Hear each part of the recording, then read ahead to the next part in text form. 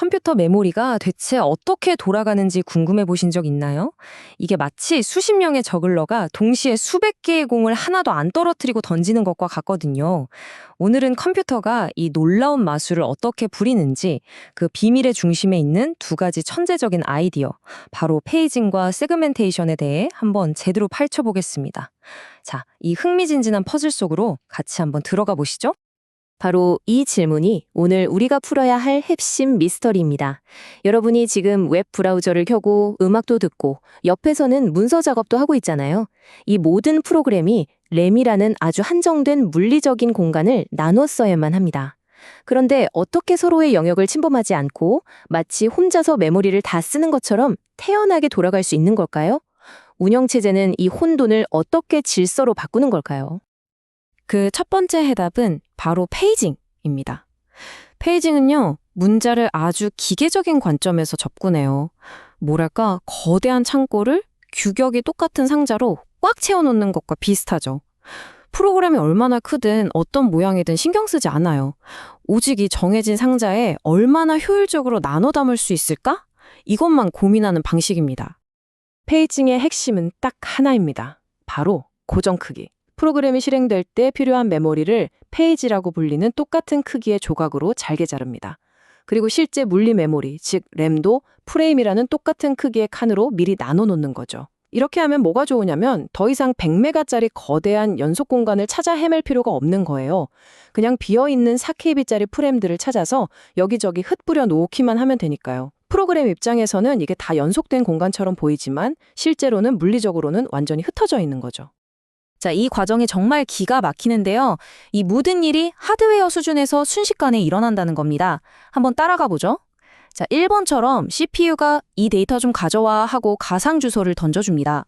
그러면 하드웨어가 2번처럼 그 주소를 페이지 번호와 오프셋 두 부분으로 착 분리해요.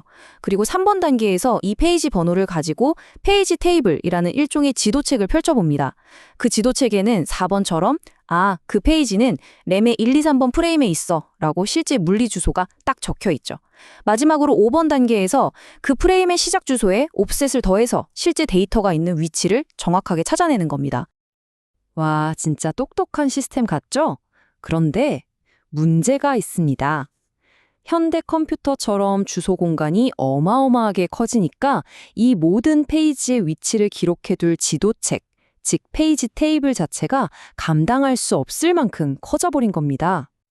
512GB. 네, 잘못 들으신 게 아닙니다. 최신 컴퓨터에 들어가는 전체 램 용량보다도 훨씬 크죠? 아니, 단지 메모리 주소를 기록하기 위한 지도책을 유지하는 데에만 이 정도 메모리가 필요하다니. 이건 뭐 배보다 배꼽이 더 큰 정도가 아니잖아요. 자, 그렇다면 엔지니어들은 이 말도 안 되는 문제를 어떻게 해결했을까요? 그래서 훨씬 더 영리한 방법을 생각해냈습니다. 바로 계층적 페이징. 쉽게 말해 지도책을 위한 목차를 만드는 겁니다. x86-64 아키텍처 같은 경우엔 무려 4단계의 테이블을 쓰는데요. 최상의 테이블은 전체 주소 공간을 아주 큰 구역으로만 나눠서 가리키고 실제로 프로그램이 사용하는 구역에 대해서만 그 아래 단계의 세부 테이블을 만들어 나가는 방식이에요. 덕분에 사용하지 않는 거대한 주소 공간에 대한 테이블은 아예 만들 필요조차 없게 되면서 메모리를 극적으로 아낄 수 있게 된 거죠. 자, 이렇게 모든 걸 똑같은 크기의 상자에 딱딱 맞춰 넣으니까 깔끔하고 좋긴 한데 어쩔 수 없이 치러야 할 비용이 있습니다. 약간의 공간 낭비는 피할 수가 없다는 거죠. 이걸 내부 단편화라고 부릅니다. 예를 들어 볼게요. 제 프로그램이 딱 10kB의 메모리가 필요하다고 쳐요. 그런데 시스템의 페이지 크기는 4kB잖아요. 그럼 운영체제는 어쩔 수 없이 4kB짜리 페이지를 3개, 즉 총 12kB를 할당해 줄 수밖에 없겠죠. 그럼 어떻게 될까요? 마지막 페이지에는 2kB의 공간이 남게 됩니다. 이 공간은 다른 누구도 쓸 수 없는 그야말로 버려지는 공간이 되는 거죠. 이게 바로 페이징 시스템이 감수해야 하는 트레이드 오프입니다. 자, 그럼 여기서 잠깐 우리 한번 짚고 넘어가 볼까요? 방금 우리가 살펴본 내용인데 왜 굳이 이렇게 복잡하게 여러 단계의 테이블을 사용하는 걸까요? 네, 정답은 바로 페이지 테이블 자체가 잡아먹는 메모리 공간을 아끼기 위해서입니다. 사용하지도 않는 영역의 테이블은 아예 만들지도 않음으로써 메모리 효율을 극대화하는 거죠. 자, 이제 관점을 180도 바꿔보겠습니다.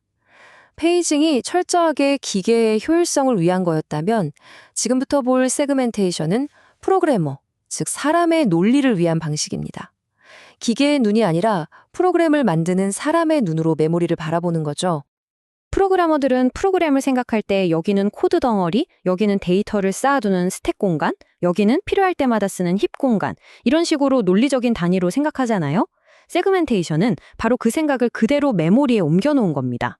코드 세그먼트, 데이터 세그먼트처럼 의미 있는 덩어리들로 메모리를 나누는 거죠. 그래서 블록 크기가 고정되어 있지 않고 각 세그먼트의 실제 크기에 따라 들쭉날쭉 가변적입니다.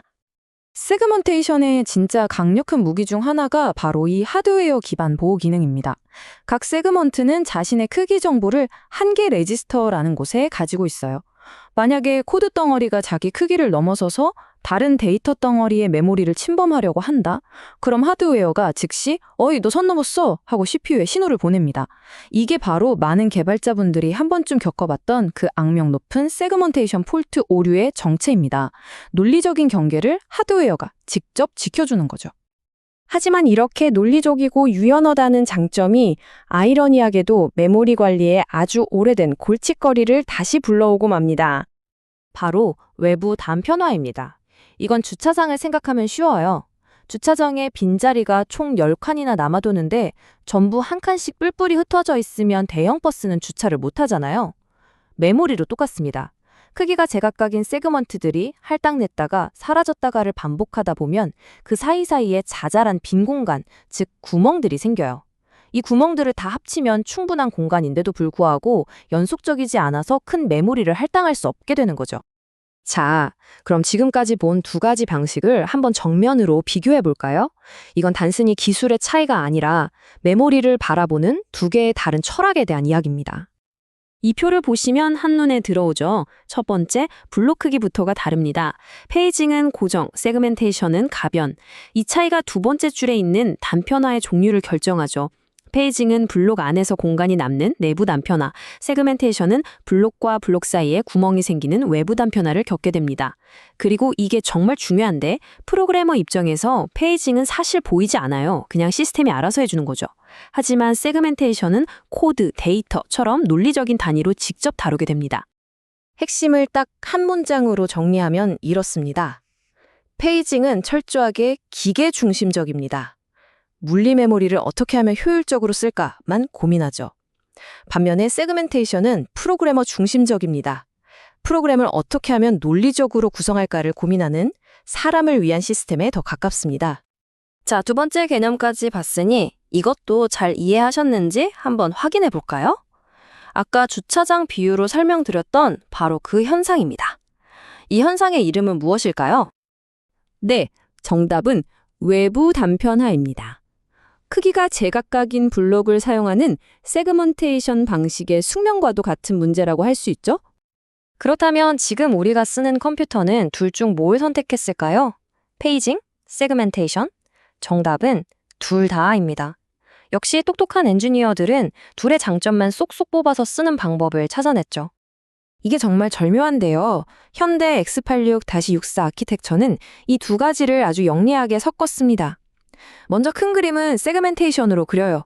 코드, 데이터 같은 큰 틀의 논리적 구분, 그리고 운영체제와 사용자 프로그램을 분리하는 것 같은 강력한 보호 기능을 세그멘테이션이 담당합니다. 그리고 그 각각의 거대한 세그먼트 내부를 관리하는 자잘한 일들은 페이징에게 맡기는 거죠.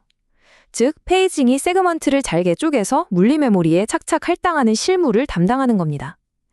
결과적으로 세그멘테이션의 논리적인 장점과 페이징의 물리적인 효율성, 이 두 마리 토끼를 다 잡게 된 겁니다.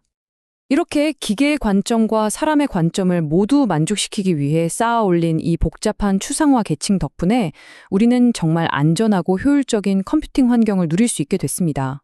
하지만 이런 복잡성이 또 어떤 새로운 숙제를 우리에게 던져주게 될까요? 미래의 컴퓨터 아키텍처는 과연 이 메모리 퍼즐을 또 어떤 기발한 방식으로 풀어내게 될지 정말 궁금해지지 않나요?